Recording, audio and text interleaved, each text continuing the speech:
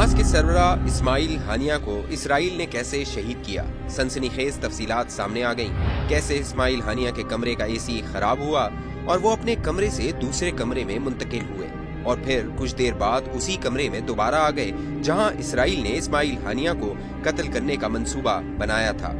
Hamas के सरबराह इस्माइल हानिया को 31 जुलाई 2024 को सदर मसूद पज़ेश्कियान की तकरीब हल्फबर्दारी के बाद तेहरान के इंतहाई हसास इलाके में वाक़े सरकारी गेस्ट हाउस में पुरअसरार धमाके में कत्ल कर दिया गया था। इस पुरअसरार कत्ल की जिम्मेदारी ईरान और हमास ने इसराइल पर आयद की थी, लेकिन इसराइल की जानिब से न तो कभी तरदीद की गई और न ही तस्दीक की गई थी। ताहम अब चंद रोज कबल इसराइली वजीर खारजा ने बताया कि इनका मुल्क इस्माइल हानिया को कत्ल करने के पीछे था। इस बयान के बाद इसराइली मीडिया में इस्माइल हानिया के कत्ल के मंसूबे को अमली जामा पहनाने और इसमें ताखीर से मुतल्लिक सनसनीखेज इंकशाफात मंजर आम पर आए। इसराइली मीडिया के बकौल ईरान को मजीद शर्मिंदगी से बचाने के लिए नए सदर की हल्फबर्दारी तक ऑपरेशन में ताखीर की गई, वरना इस्माइल हानिया को तकरीब से पहले भी निशाना बनाया जा सकता था।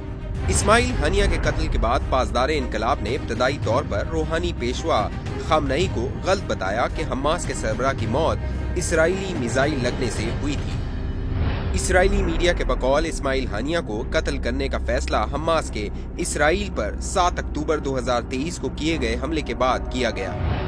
इस्माइल हानिया कतर में मुकीम थे, लेकिन इन्हें वहां कत्ल करने से यरगमालियों की रिहाई के लिए जारी मुज़ाकरात को नुकसान पहुंच सकता था। इसलिए इस्माइल हानिया को कहां मारा जाए, इसके लिए तुर्किया, रूस और ईरान के ऑप्शंस थे, जहां हमास रहनुमा अक्सर आते जाते रहते थे। ताहम तुर्किया में की गई ऐसी किसी कार्रवाई पर इसराइल को सदर रजब तैयब एर्दोगान की तरफ से शदीद रद्द अमल का खदशा था और इसी तरह इसराइल रूसी सदर व्लादिमीर पुतिन को भी नाराज नहीं करना चाहता था। इसराइली मीडिया के बकौल इसलिए ईरान को सबसे मौजू ऑप्शन के तौर पर मुंतखब किया गया। इस्माइल हानिया ईरान में बार बार पासदार इनकलाब के गेस्ट हाउस में ठहरते थे, जो सादताबाद के पुरतायुश शुमाली तेहरान में वाक़े है। इसराइली इंटेलिजेंस के मुताबिक इस इलाके में इस्माइल हानिया के कत्ल की मंसूबाबंदी को कदरे आसानी से मुमकिन बनाया जा सकता था। इब्तदाई तौर पर इसराइल ने इस्माइल हानिया को ईरान में उस वक्त निशाना बनाने का मंसूबा बनाया जब वो 19 मई को हेलीकॉप्टर के हादसे में जांबाग होने वाले साबिक ईरानी सदर इब्राहिम रईसी की नमाज जनाजा में शिरकत के लिए तेहरान आए थे। ताहम नमाज जनाजा में शहरियों की बड़ी तादाद ने शिरकत की थी और इस तरह किसी भी कार्रवाई में मासूम शहरियों की हलाकतों के खदशे के बायस कत्ल के मंसूबे को ऐन मौके पर मौखर कर दिया गया।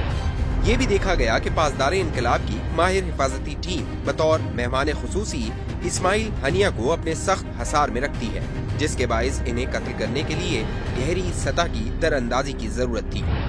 इसराइल ने अब की बार ऑपरेशन का मजीद 2 माह से ज्यादा इंतजार किया, जब इस्माइल हानिया नए ईरानी सदर मसूद पज़ेश्कियान की तकरीब हल्फबर्दारी में शिरकत के लिए ईरान पहुंचे। तकरीब हल्फबर्दारी से पहले ही अलल सुबह इस्माइल हानिया को गेस्ट हाउस में निशाना बनाने का फैसला किया गया, लेकिन फिर इस कार्रवाई को रात तक मौखर करने की तजवीज पेश की गई ताकि तकरीब हल्फबर्दारी मुकम्मल हो सके और ईरान को मजीद हजीमत और शर्मिंदगी से बचाया जा सके। तकरीब हल्फबर्दारी से कुछ देर पहले ही इसराइली एजेंटों ने इस्माइल हानिया के कमरे में उनके बिस्तर के करीब एक देसी साख्ता धमाका-खेज आला नस्ब कर दिया। इसराइली मीडिया चैनल 12 के मुताबिक वो ये धमाका-खेज आला मंसूबाबंदी से थोड़ा बड़ा था, लेकिन फिर भी इतना बड़ा नहीं था कि मुल्हका कमरों को नुकसान पहुंचा सके। ताहम बम में इतनी ताकत थी कि इस्माइल हानिया मौके पर ही हलाक हो जाएं। तकरीब हल्फबर्दारी में शिरकत के बाद इस्माइल हानिया अपने कमरे में पहुंच गए। सब कुछ ठीक चल रहा था कि अचानक कमरे का एसी खराब हो गया और वो दूसरे कमरे में चले गए, जो इतना दूर था कि इस बम से इन्हें कोई नुकसान नहीं पहुंचता। ये वो वक्त था जब इसराइली मंसूबा साजों को लगा कि कत्ल की ये साजिश नाकाम हो गई, लेकिन कमरे का एसी ठीक कर दिया गया और इस्माइल हानिया वापस लौट आए और साथ ही इसराइली मंसूबा साजों के होठों पर मकरू मुस्कुराहट भी। तकरीबन रात 1:30 बजे इस आईईडी बम को धमाके से उड़ा दिया गया, जिससे कमरे की बैरूनी दीवार में एक सुराख पड़ गया और पूरा कंपाउंड हिलकर रह गया। लेकिन जो मकसद था वो पूरा हो गया, यानी इस्माइल हानिया अब इस दुनिया में नहीं रहे। सेकंडों के अंदर करीब ही मौजूद पासदारे इनकलाब की तिब्बी इमदादी टीम इस्माइल हानिया के कमरे में पहुंची, लेकिन इन्हें वहां हमास के रहनुमा मुर्दा हालत में मिले। इस्माइल हानिया के नाइब खलील हैया भी कमरे में पहुंच गए और अपने लीडर की खून आलूद लाश को देखकर रोते हुए घुटनों के बल गिर गए। अहम शख्सियात और हसास मकामात के हिफाजती उमूर के माहिर तज्जियाकारों ने इसराइली मीडिया से गुफ्तगू में बताया कि किसी ईरानी शहरी, पासदारे इनकलाब के एहलकार या हमास के ओहदेदार की मदद के बगैर ऐसी पेचीदा कार्रवाई नामुमकिन थी। इसराइली चैनल 12 के मुताबिक हमास और ईरानी इंटेलिजेंस ने यकीनी तौर पर इन तीनों ऑप्शंस की तहकीकात की है। ईरान को इस कार्रवाई के बाद बड़ी शर्मिंदगी उठाना पड़ी।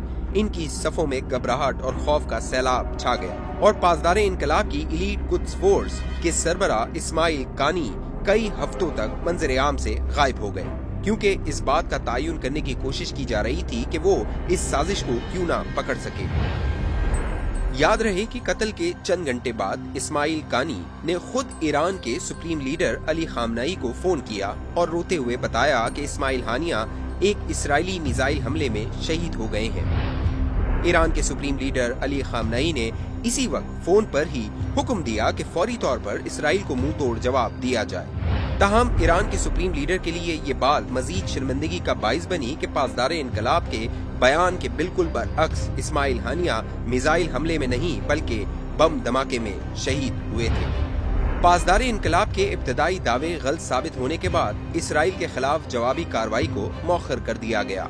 शायद ईरान इस कत्ल साजिश की तहकीकात करके जिम्मेदारों का तयन करना चाहता था।